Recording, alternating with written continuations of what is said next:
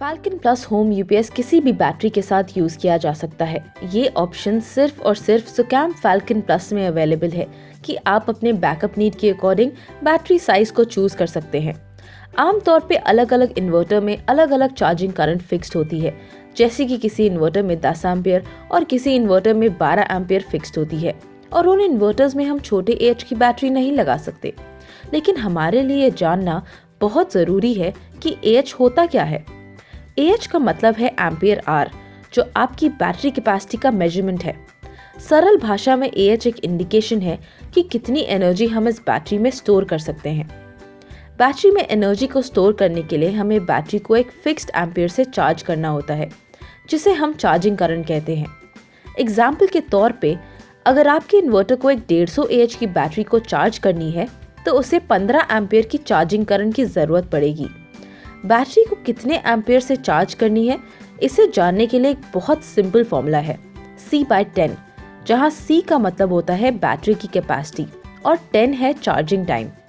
Battery की capacity को अगर हम 10 से डिवाइड करेंगे तो हमें इस बैटरी की चार्जिंग करंट पता चल जाती है, जो कि 15 एम्पियर होगी।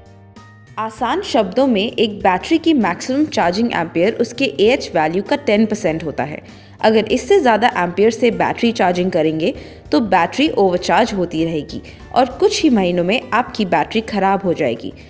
जैसे हम यहाँ देख सकते हैं, एक 150 एएच की बैटरी को चार्ज करने के लिए हमें 15 एम्पियर की चार्जिंग करंट की ज़रूरत पड़ती है। एक 150 एएच की बैटरी को 15 एम्पियर से चार्ज करेंगे तो हमें 10 घंटे लगेंगे, और अगर 10 एम्पियर से चार्ज करेंगे तो बैटरी चार्जिंग थोड़ी स्लो होगी और बैटरी 15 घंटे में फुल चार्ज हो जाएगी। अब अगर आपकी 150 एएच की बैटरी 10 एम्पियर से डिस्चार्ज हो रही है तो वो 15 घंटे के लिए लोड को चलाएगी, और अगर 15 एम्पियर से डिस्चार्ज हो रही है तो वो 10 घंटे के लिए लोड को चलाएगी। जिन कस्टमर्स को सिर्फ 10 से 15 मिनट का बैकअप टाइम चाहिए, वो अगर बड़ी बैटरी लेते हैं तो उनके लिए बड़ी बैटरी लेना सिर्फ और सिर्फ पैसों की बर्बादी है। 10 से 15 मिनट के बैकअप टाइम के लिए आमतौर पे 30 एएच की बैटरी की ज़रूरत पड़ती है, पर नॉर्मल इन्वर्टर में 10 एम्पियर की फिक्स चार्जिंग करंट होने की वजह से उसे मजबूरन एक 100 एएच की बैटरी लेनी पड़ती है। फैल्कन प्लस के बैक पैनल पे एक डिप स्विच प्रोवाइडेड है। इस डिप स्विच में 4 अलग अलग बैटरी चार्जिंग एम्पियर की सेटिंग है: 2.5 एम्पियर, 5 एम्पियर, 10 एम्पियर और 15 एम्पियर। अगर आपको सिर्फ 10 से 15 मिनट का बैकअप टाइम चाहिए तो आप एक 30 एएच की बैटरी फैल्कन प्लस के साथ आसानी से लगा सकते हैं। इसके लिए आपको मैक्सिमम 2.5 एम्पियर करंट की ज़रूरत पड़ेगी। स्विच नंबर 1 को हम 2.5 एम्पियर पे सेट कर सकते हैं, जिससे एक 30 एएच की बैटरी आसानी से चार्ज हो जाएगी। 2.5 एम्पियर चार्जिंग करंट की सेटिंग आप डिप स्विच नंबर 1 की पोजीशन लेफ्ट में करके कर सकते हैं। लेकिन अगर आपको इससे ज़्यादा बैकअप टाइम चाहिए तो आप एक 50 एएच की बैटरी ले सकते हैं। एक 50 एएच की बैटरी को चार्ज करने के लिए 5 एम्पियर की चार्जिंग करंट की ज़रूरत पड़ती है, जिसकी सेटिंग आप डिप स्विच नंबर 2 की पोजीशन को लेफ्ट में करके कर सकते हैं।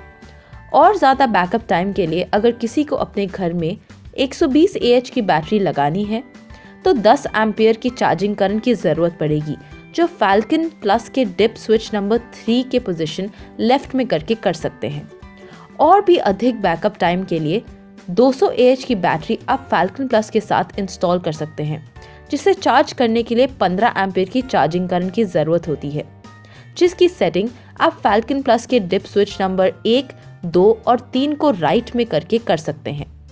फैल्कन प्लस में default charging current setting 15 ampere पे सेट होती है। फैल्कन प्लस में ऐसी काफ़ी सारी फीचर्स हैं जिससे आप पैसों की बचत कर सकते हैं, और वेरिएबल चार्जिंग करंट सेटिंग का फीचर उनमें से एक है।